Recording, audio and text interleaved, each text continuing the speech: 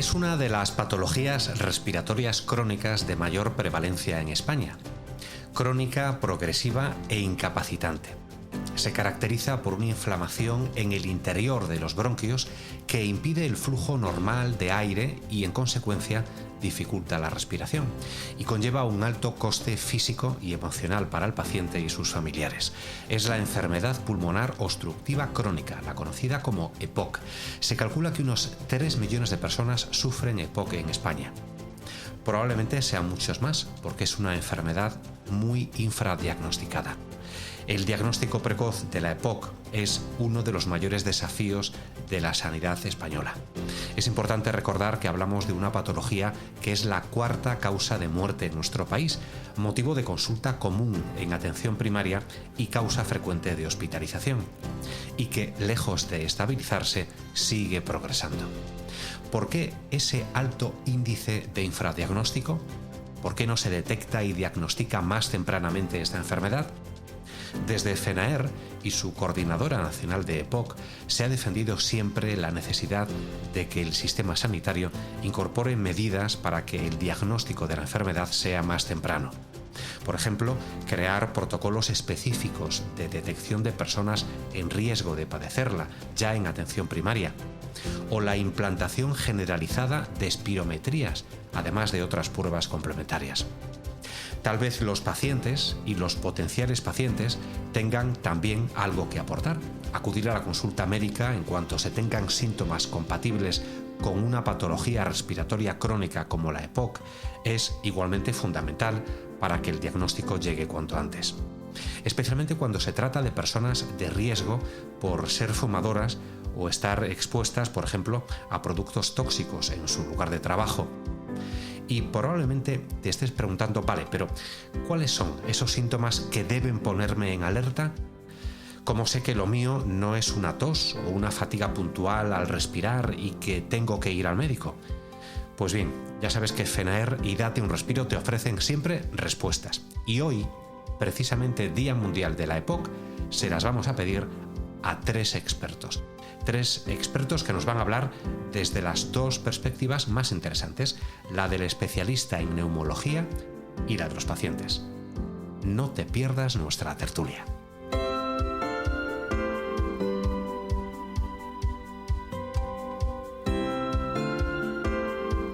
Aquí comienza Date un Respiro, el podcast de salud respiratoria de FENAER.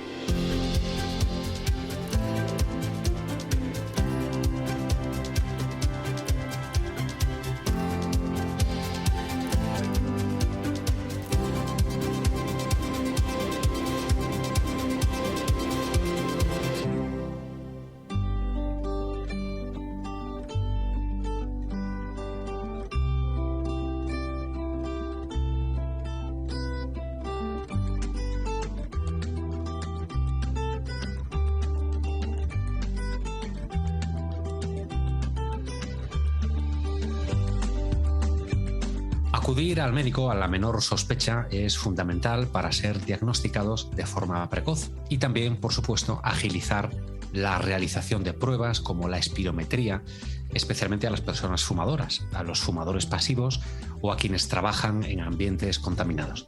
La detención temprana de la EPOC facilita, pues, su manejo y garantiza una mayor eficacia del tratamiento y, en definitiva, mejor calidad de vida. Los datos sobre el infradiagnóstico de esta enfermedad dejan bien a las claras que es necesario cambiar algunas cosas en el sistema de salud y también aumentar la concienciación social sobre la EPOC. Y en este Día Mundial de la EPOC, Date un Respiro aporta su granito de arena a ese objetivo, con 3 invitados de lujo que nos van a hablar de cómo conseguir un diagnóstico precoz y de cómo podemos prevenir esta patología y ralentizar su evolución.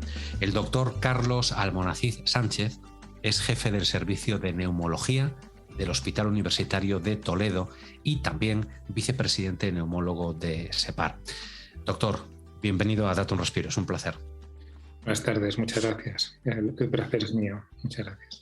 Y junto a Carlos Almonacid nos acompañan Mariano Pastor, paciente con EPOC por déficit de alfa-1 antitripsina y también presidente de la Asociación Alfa-1 España y de FENAER. Mariano, bienvenido a tu casa. Buenas tardes, Luis, Carlos, Iñaki. Es un placer tenerte siempre, Mariano. E Iñaki Morán, tú lo has dicho, Mariano, también paciente y presidente de la Asociación EPOC España, vicepresidente de FENAER y responsable de la Coordinadora Nacional de EPOC. Iñaki Morán, cuántas cosas, como para ponerlo en una tarjeta de visita. Iñaki. Buenas tardes, gracias. Y tengo que decirlo, hace unos años todo seguido no hubiera podido, tenía que parar para respirar varias veces. Te ponías a prueba con tantas responsabilidades, ¿no? Doctor, la EPOC es una enfermedad de muy alta prevalencia y sin embargo tiene un alto nivel de infradiagnóstico. Se estima que unos 3 millones de españoles la padecen, pero ¿cuántos podrían estar aún sin diagnosticar en este momento? Sí, a ver, en el último estudio que hemos realizado en la Sociedad Española de Neumología, el estudio PISCAN-2, efectivamente aproximadamente el 12% de la población mayor de 40 años pues está afectada de EPOC en nuestro país. Hay mucha heterogeneidad entre las comunidades, pero bueno, prácticamente ese 12%. Más afectados hombres que mujeres, aunque esto está cambiando, porque ahora curiosamente la tendencia al tabaco fuma más la mujer casi que el hombre.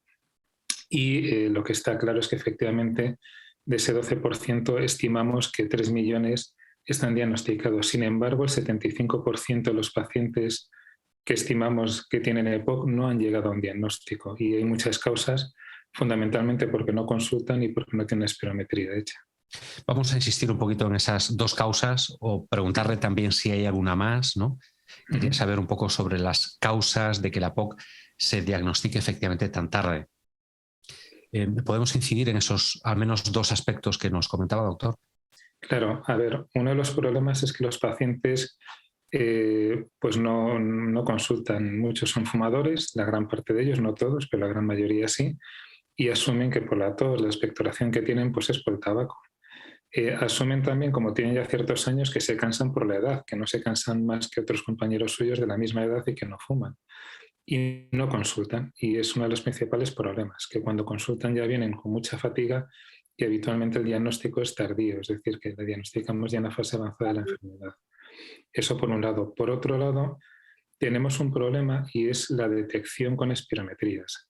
Aunque hemos luchado en los últimos 20 años en implantar la espirometría en la atención primaria, y sí que es verdad que hay compañeros y centros que lo hacen correctamente, la mayoría de los centros no hemos podido, porque aunque no hemos conseguido que se meta en la cartera de servicios de atención primaria, igual que se atiende a los diabéticos, hay una enfermera para los diabéticos, etcétera, nosotros venimos luchando con los centros de atención primaria. Hay una enfermera para los pacientes respiratorios, en concreto con EPOC y asma, y una enfermera que está adiestrada en hacer espirometrías, y a todo paciente que sea fumador mayor de 40 años se le haga una espirometría para intentar hacer un cribado y detectar cuanto antes la enfermedad. Entonces, uno de los problemas es que no se hacen espirometrías y es un problema que se ha cronificado y no conseguimos corregir.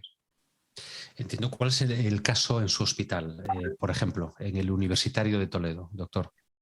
A ver, en el Universitario de Toledo, cuando nos llegan, sí que desde luego tenemos ahora, y los laboratorios lo hemos mantenido abiertos incluso en la época de COVID. Lo hemos adaptado, obviamente, nos ha obligado a a aumentar los tiempos por seguridad para los pacientes, y eso implica que se hagan menos pruebas. Lo que también se ha hecho en muchas ocasiones es prolongar la jornada para intentar compensar ese ciclo de pruebas. Pero el problema es que nosotros atendemos la punta del iceberg, es decir, atendemos ese porcentaje del que estamos hablando que nos llega ya con muchos síntomas y está muy malo. El problema es la base de ese iceberg, que es realmente lo más grande, que es atención primaria, que por ejemplo en mi zona pues, hay un déficit muy grave a la hora de hacer esas espirometrías en atención primaria. Entiendo. Mariano, nuestros oyentes, muchos pertenecen a la familia de FENAER y conocen tu caso, pero hay otros muchos oyentes que no conocen tan de cerca ni FENAER ni a la figura de su presidente. Me gustaría saber cuál fue tu caso. ¿Fuiste al médico en cuanto tuviste síntomas? ¿Qué fue lo que te decidió a consultar? Bueno, yo cuando empecé con los primeros síntomas no fui al médico porque fumaba. Y yo sabía que el tabaco me estaba perjudicando, no sabía qué es lo que tenía, pero no iba al médico porque sabía que me iba a mandar dejar de fumar.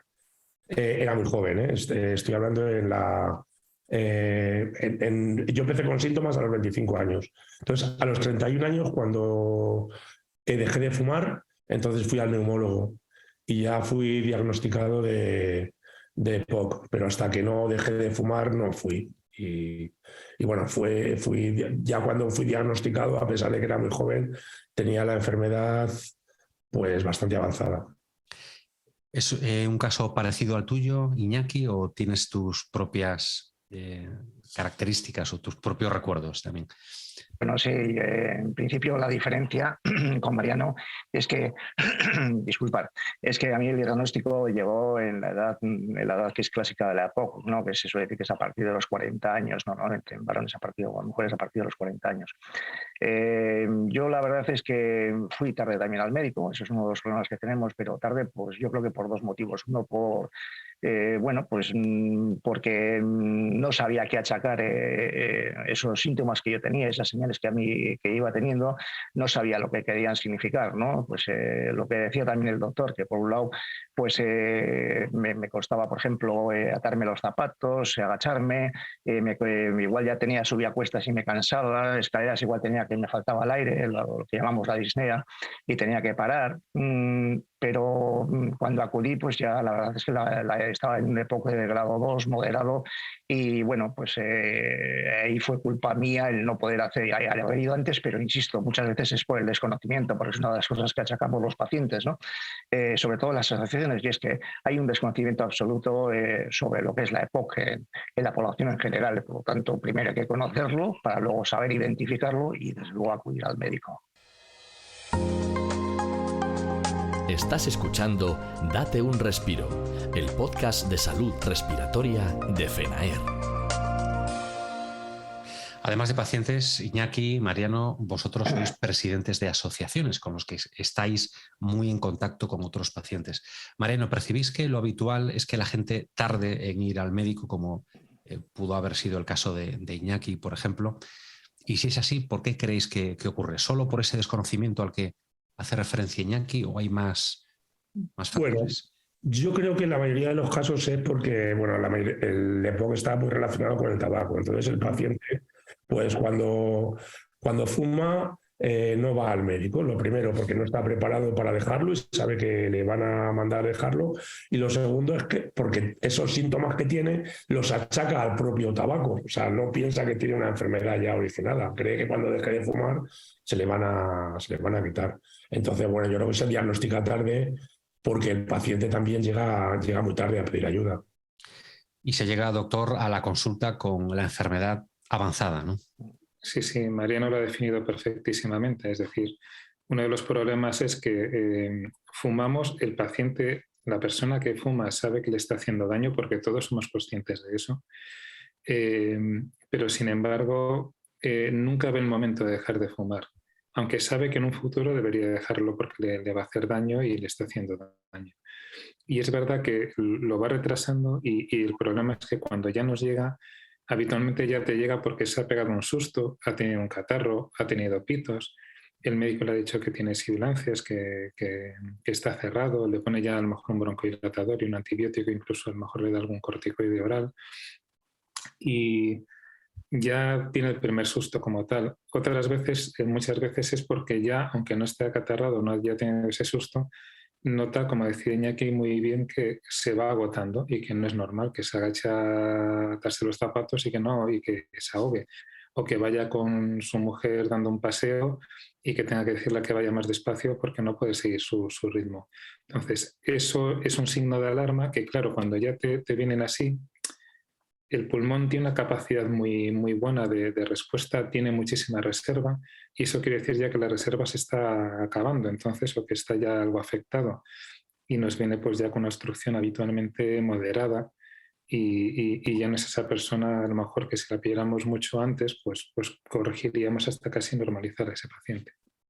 Ese síntoma nos ha quedado claro, el quedarse relegado, ¿no? Con la pareja de uno, que, oye, vete tú, sigue que yo no puedo, debe ser del tabaco, o a lo mejor un catarro, ¿no? Que está durando mucho y por eso me siento un poquito fatigado. ¿Hay otros síntomas, doctor, que nos deben hacer sospechar que podemos tener EPOC, aparte de esa fatiga, ¿no?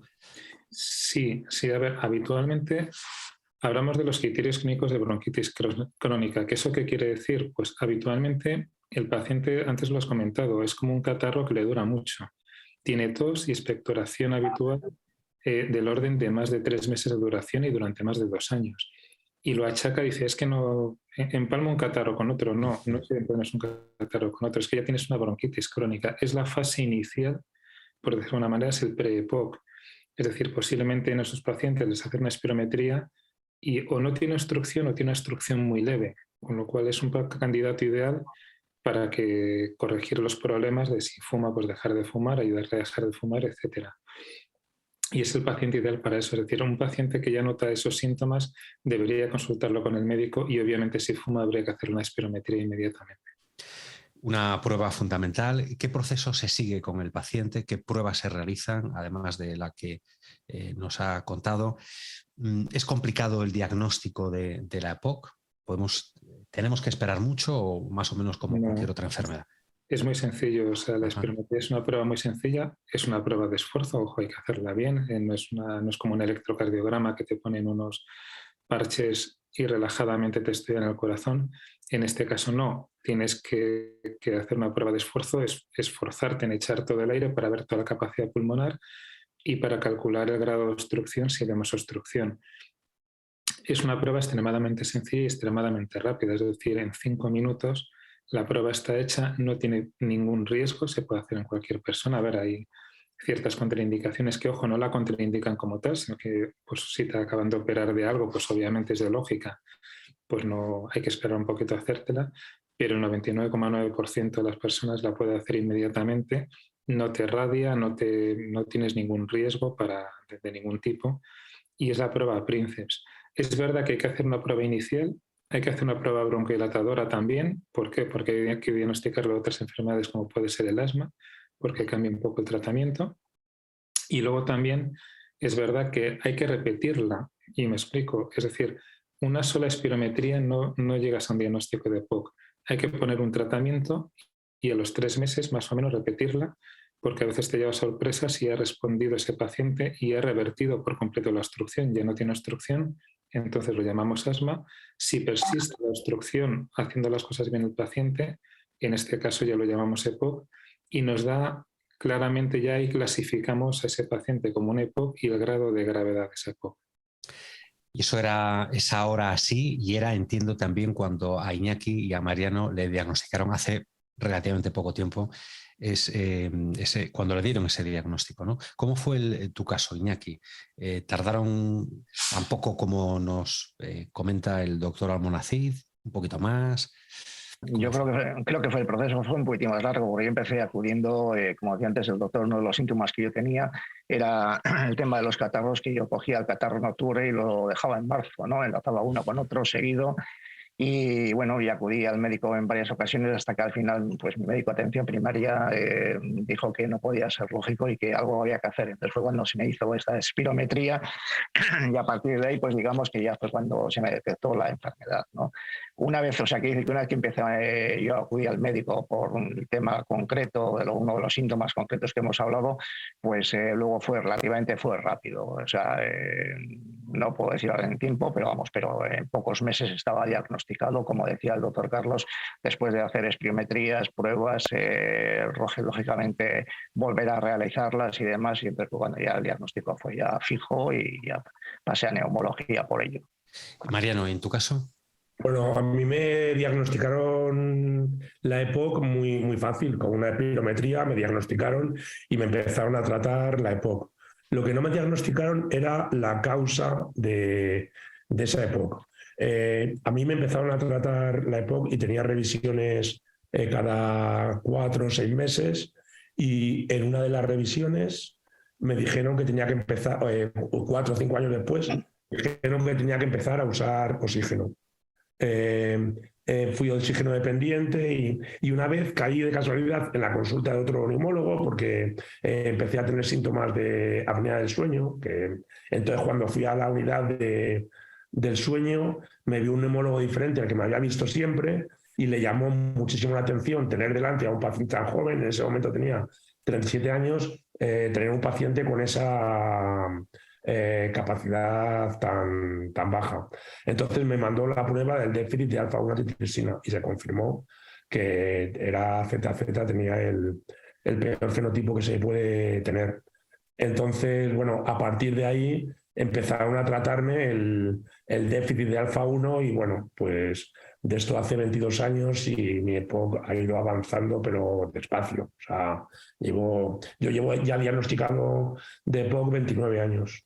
29 años. Sí. ¿Y en qué cambió tu vida hace 29 años? Bueno, en principio no cambió nada. A mí lo que me cambió la vida fue el empezar a ser oxígeno dependiente.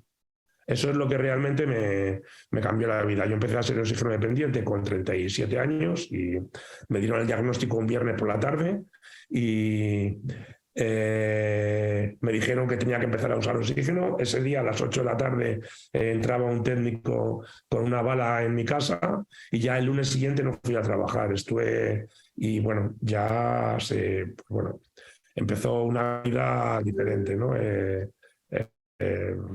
Bueno, pues no lo puedo resumir aquí. Ha habido momentos... fue duro el aceptar que tenía una enfermedad crónica y que me impedía el hacer tantas cosas como impide y en una edad muy, muy joven. Nos imaginamos, sí.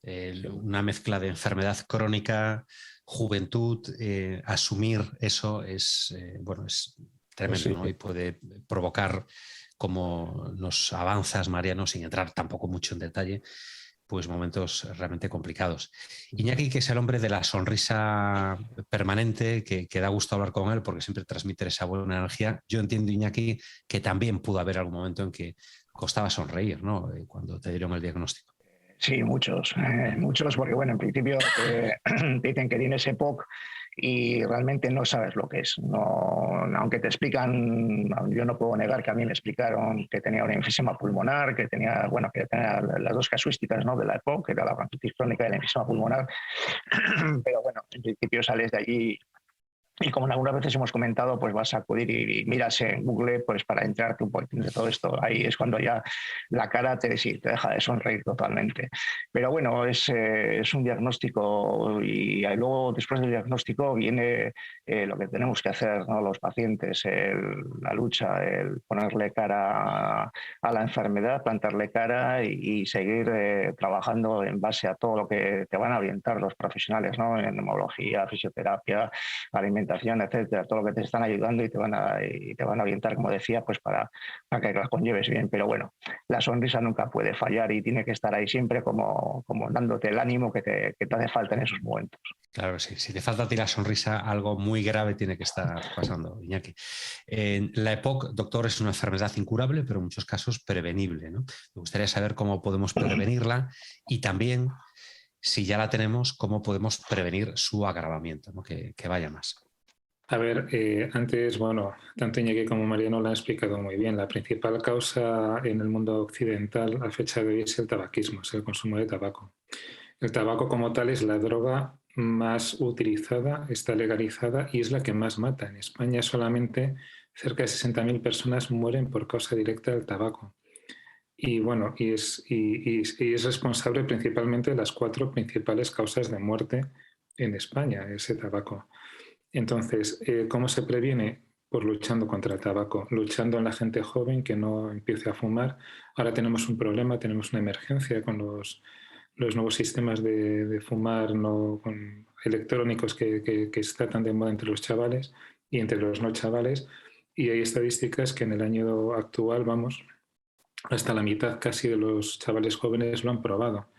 Es decir, no es de lógica eso. O sea, estamos viendo cosas que incitan también al consumo de tabaco y otro tipo de sustancias inhaladas, pues como pueden ser los restaurantes estos que te ofrecen cachimbas. Es decir, dicen que son muy sanas, todo lo que te metas que sea un tóxico inhalado, todo te puede hacer daño al pulmón. El pulmón tiene que ser respirar el aire más puro que podamos y no meterle nada extraño como tal. Obviamente esa es la manera mejor de prevenir. También hay que prevenir y detectar, como Mariano ha comentado antes muy bien, el déficit de alfa-1-antitrypsina. Nosotros, cualquier paciente ahora mismo, desde hace años en la sociedad nuestra, hablamos de que todo paciente con diagnóstico de asma o de EPOC tenga al menos una determinación de alfa-1 antitripsina. ¿Por qué? Porque el caso de Mariano es muy llamativo, pero es la realidad. Es decir, una persona joven, menos de 40 años, con un EPOC súper avanzado y demás, eso es muy raro y tienes que detectarlo. ¿Por qué? Porque hay pacientes que no fuman, que tienen esta enfermedad con el gen, como dice Mariano, el ZZ, y que van a desarrollar también una EPOC, aunque no fumen de forma activa, simplemente por el hecho de vivir en una ciudad que tiene a lo mejor un aire contaminado y que actúa también y hace daño, o porque tiene alguien al lado que le está fumando y, ojo, el tabaquismo activo es tan dañino como el tabaquismo pasivo. Perdón, el pasivo como el activo, perdón, de hecho al revés. Y esto es súper importante porque es la manera que tenemos de prevenir a estos pacientes. Ahora, una vez desarrollada la enfermedad, pues es lo mismo, es decir, si el paciente fuma, lo que ha demostrado más eficacia para frenar el desarrollo de la enfermedad es dejar de fumar. Ahora, una vez que ha dejado de fumar, Iñaki antes lo ha comentado muy bien, pues requiere primero una rehabilitación, el ejercicio también nos va a ayudar muchísimo. Luego una alimentación adecuada, ya no solo para el control del peso, sino porque tienes que tener una alimentación adecuada para una masa muscular adecuada, muy importante de cara a la respiración. Tan malo es tener exceso de peso como defecto. Ojo, tenemos pacientes con EPOC que son muy delgaditos y a veces es más perjudicial esos pacientes desnutridos que está un poco más sobrado, que tienen más reservillas por si vienen mal dadas. ¿Me explico? Entonces, eso también es importante. Y luego, por supuesto, los tratamientos. Los tratamientos que tenemos ahora mismo también han demostrado que si dejas de fumar también previenen la progresión de la enfermedad. Entonces, y ya no solo los broncohidratadores, sino que tenemos nuevas terapias que nos pueden ayudar mucho. Estás escuchando Date un Respiro. No sé si Iñaki, por ejemplo, cuida, entre otras cosas, que nos ha recomendado el doctor Almonacid, esa alimentación, que debe ser, entiendo, que variada y de determinadas características, ¿no, Iñaki? Sí, además yo soy el claro ejemplo ahora mismo de sobrepeso, ¿no? Efectivamente, pero bueno, realmente digamos que ha habido dos etapas en mi vida, ¿no? Una, lo que es antes del trasplante, en el cual lógicamente mi peso era inferior al que es actualmente y por supuesto la alimentación es una de las cosas, como hemos dicho antes y como bien ha recalcado el doctor, es una de las cosas importantes y primordiales, ¿no? Para poder mantener, para poderte mantener activo, ¿no? Y poder estar trabajando en contra de esta enfermedad. Seguramente va a estar el endocrino quien te va a orientar y te va a decir lo que hay que hacer, pero hay que tener en cuenta que nosotros, los pacientes de EPOC, pues posiblemente tengamos que hacer 5 o 6 comidas diarias, dividirlas para que no tener un sobreesfuerzo, ¿no? Digamos, a la hora de las comidas y demás, y eso es importantísimo. Ahora, después de ese trasplante, pues bueno, pues por un lado todo el tema de corticoides y por otro, pues bueno, pues ahora la alimentación también sigue siendo primordial para mí y ahora mismo estoy en un control también con endocrino, pues eso, para poder volver a mi peso y poder seguir haciendo una vida lo más sana posible. Fantástico. Tú no fumabas, Iñaki, ¿no? No eras fumador. No, nunca. Antes ha comentado el doctor Carlos que bueno, que tan malo es el humo pasivo como el activo y eso es. Quiere decir que antiguamente cuando en los trabajos, en la oficina donde yo trabajaba, no existía, pues se podía fumar, no existía ventilación, etcétera, etcétera, y realmente pues yo me he clavado todo el humo de mis compañeros de trabajo. Me ha afectado, a otras personas no, a mí sí me ha afectado, pero vamos, yo he sido fumador pasivo. Entiendo. Iñaki Morán, Mariano Pastor y Carlos Almonacid, tengo una última pregunta para los tres. Los tres estáis convencidos de la necesidad de que hay que seguir luchando para que la EPOC sea una enfermedad, por una parte, más conocida y por otra, para que su diagnóstico no se retrase tanto, ¿no? Por ese gran desconocimiento que tenemos. Me gustaría, pues, un último mensaje, pediros a los tres para que nos digáis, quizá, si es posible, alguna medida concreta para alcanzar esos dos logros, que sea más conocida la enfermedad por parte de la sociedad en general y desde luego que de los propios pacientes, y también para evitar que se siga diagnosticando tan tarde por ese infradiagnóstico que estamos detectando, ¿no? Vamos a empezar por Mariano, por ejemplo, presidente de FENAER. Mariano. Bueno, pues en cuanto a concienciación de la enfermedad, yo creo que iniciativas como esta que nos tiene aquí hoy, que hacemos las asociaciones para conseguir la enfermedad ante la sociedad, pues para que el paciente sea capaz de identificar los síntomas y buscar ayuda. Y luego, bueno, pues creo que las autoridades sanitarias pues tienen, ya explica el doctor que hay un gran problema de espirometrías en la atención primaria, pues hay que dotar de medios a la atención primaria para diagnosticar en los primeros momentos. Y luego también pediría a las administraciones, por favor, que avancen en la restricción del tabaco y en las leyes que restrinjan el consumo de tabaco en espacios públicos, aunque sea al aire libre. Iñaki, ¿alguna medida más de las aportadas por Mariano? Creo que lo hemos comentado aquí. Sí es cierto que existe, o sea, pongo un ejemplo, ¿no? Yo estuve invitado en un congreso del SUMPAR, que es la Sociedad Vasco-Navarra de pulmonares de patología respiratoria, perdón. Y se nos presentó pues, un vídeo de una encuesta hecha en calle, a pie de calle, preguntando a la gente cuántos conocían y sabían lo que significaban las siglas EPOC. Y solamente era 1,5, 1,7, no me acuerdo muy bien, de cada 10 eran los que conocían esta enfermedad. Esto es importante, pues como hemos dicho antes, para un diagnóstico precoz, es importante. Y luego también es importante que Sanidad de alguna forma estableciera un protocolo, ¿no?, de funcionamiento, como también ha comentado antes el doctor, en el cual pues a partir de cierta edad, que sean los 40 años, o a partir de, sobre todo, de los síntomas que en la atención al paciente, o sea, perdón, en atención primaria, su médico ya va a tener conocimiento de fumadores, no fumadores, etcétera, etcétera, pues yo creo que una espirometría es el primer paso pues para poder subsanar y poder diagnosticar para poder reducir este infradiagnóstico. Y no olvidemos, ya como último dato, de que el infradiagnóstico, del año 2007, que se hizo la primera encuesta, estaba en un 73% y en este año, como bien ha dicho el doctor, estamos en un 82%. O sea, que hemos subido, a lo largo de estos últimos años, hemos subido en infradiagnóstico prácticamente casi 9 puntos. Esto hay que frenarlo de alguna forma. Doctor, entiendo que está de acuerdo con todas las medidas aportadas por... Vamos, totalmente, casi que los voy a fichar yo para mis charlas porque la han clavado. A ver, poco más que aportar un poco a lo que han dicho ellos. Sí que es verdad que el Ministerio hizo un plan estratégico de la EPOC que se quedó en un libro muy bonito, pero el problema es que no ha ido a más. Entonces, y ahora yo creo que lo que ha comentado ahora Iñaki, el agravamiento del infradiagnóstico en parte lo ha tenido la pandemia COVID, que se dejó de hacer espirometría en todos los centros de España y en muchos de neumología, ojo, aunque algunos mantuvimos los centros ajustando como pudimos los laboratorios. Pero es verdad que esto ha hecho mucho daño y ha aumentado el infradiagnóstico de la enfermedad como tal. Claro. Le he dicho que era la última pregunta, pero le he mentido porque se me ocurre ahora plantearle la ultimísima, doctor, que es cómo estamos en investigación en torno a la EPOC.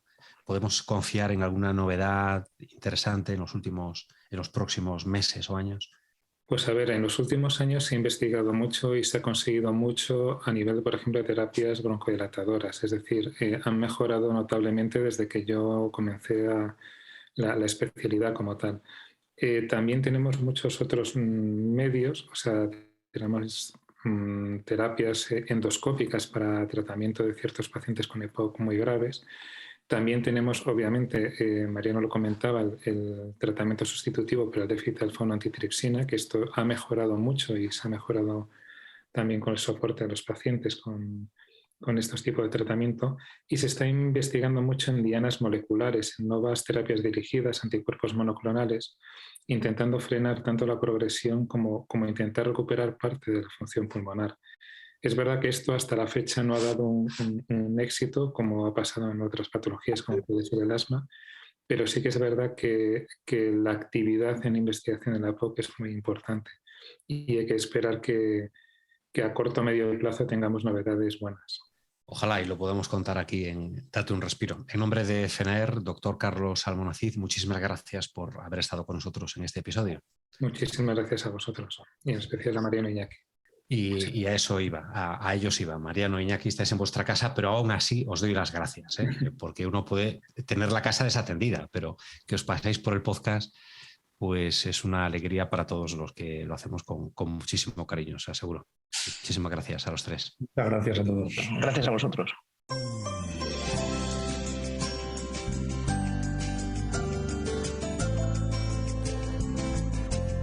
Estás escuchando Date un Respiro, el podcast de salud respiratoria de FENAER.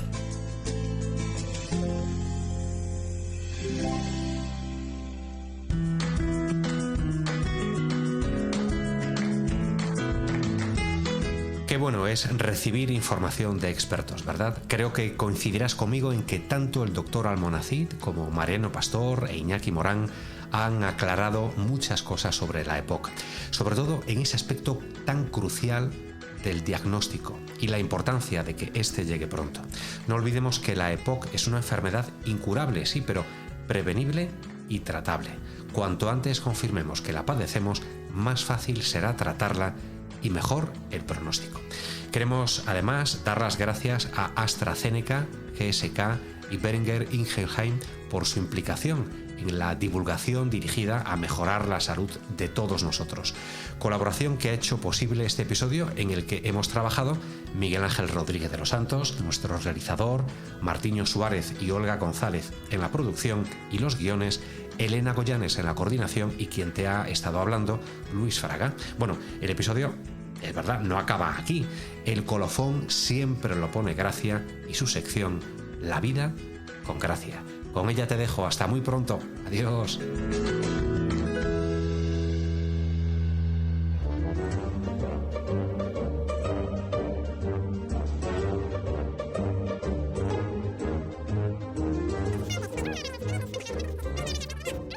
Que no, Genaro, que eso no lo puedes dejar. Que tú... ¿Pero cómo que no quieres volver más al médico? Bueno, lo que me faltaba por oír. A ver, el médico te encontrará algo si lo tienes. Si no tienes nada, él no se lo va a inventar. Pero hay que asegurarse para poner remedio cuanto antes si hay algo. Que no, hombre, que no, que ellos cobran lo mismo si tienes una enfermedad que si no la tienes. Mira que estás cargado de manías. A ti lo que te pasa es que tienes miedo. ¿A que sí? Ya, pues lo que te tiene que dar miedo es no mirarte las cosas a tiempo, porque luego tú sabes que hay enfermedades como la EPOC, que están muy pero que muy infradiagnosticadas. Pues que sepas que en gran parte es por gente como tú, que no va al médico cuando tiene síntomas. Ya, sí. Ya sé eso que dicen de que no hay personas sanas, sino en todo caso, paciente mal estudiado. Pero eso es una bobada, Genaro. Vamos a ver, tú has sido fumador hasta hace poco y llevas ya tiempo notando que te falta el aire cuando caminas. Y con esa tos de perro y ese esputo. ¿Qué? ¿Cómo que no te llame? Que no, hombre, que yo no te estoy insultando. Que lo que digo es que eso hay que vigilarlo, seguirlo... Ya, sí, ya sé, que ya fuiste al médico hace 3 semanas, sí, pero la cosa no puede acabar ahí. Porque, a ver, ¿qué te dijo en esa cita? Ah, que tosías mucho mejor. Hombre, ¿no ibas a toser mejor si llevabas más de un mes ensayando? ¡Qué menudos conciertos tosunos! Ya, vale, pero aparte de eso, ¿no te hizo ninguna prueba? ¿Una analítica? Eso, bien. Bueno, ¿y qué te salió en la analítica? Sangre, sí. Ya sé que en la analítica lo que sale es sangre. Sí, 3 tubos te sacaron, vale. Qué diálogo de besugos, por Dios. Me refiero a qué te salió en el informe. Bueno, pues ves, precisamente porque tú no eres médico y no entiendes, tendrás que volver a la consulta para que te digan el resultado, ¿no?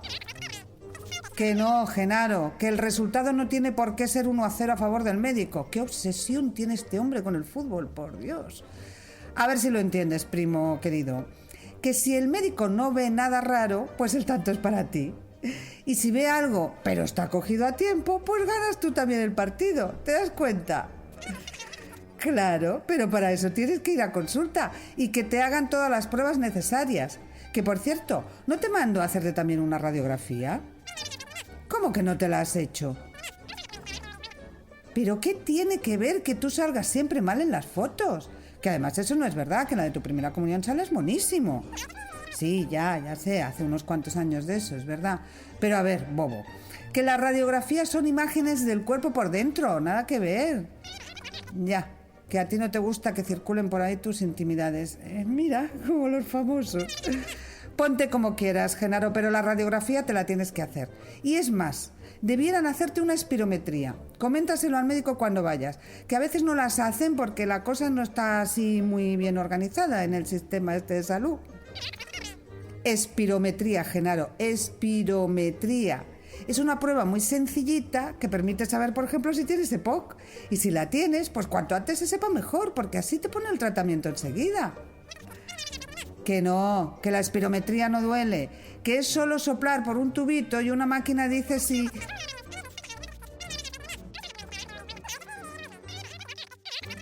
Ah, que tú pasas de soplar porque la última vez que soplaste en un tubito te calcaron 120 euros de multa. Vamos a ver, Genaro, no es lo mismo que te haga soplar un tipo con bata blanca que un tipo con tricornio, hombre, queda tranquilo por eso. Mira, Genaro, sabes que te digo que hagas lo que quieras, tú verás. Haz lo que quieras, pero ve al médico, anda. Ah, y cuando vayas no te tomes antes el carajillo, no vaya a ser. ¡Hala, adiós! Desde luego, aparte de que las cosas tendrían que mejorar en la sanidad y hacer más pruebas y eso, la verdad es que como haya muchos como mi primo Genaro, no me extraña que haya tantas personas con EPOC sin saberlo. Yo a mi primo le quiero mucho, de verdad, pero vaya por Dios, ¿eh? ¡Qué fauna, madre del amor hermoso! ¡Qué fauna!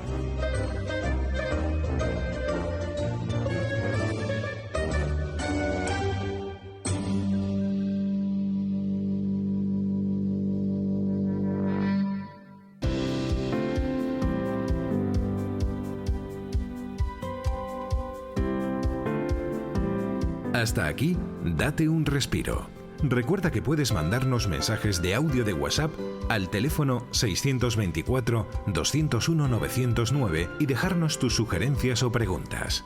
Date un respiro, el podcast de salud respiratoria de FENAER.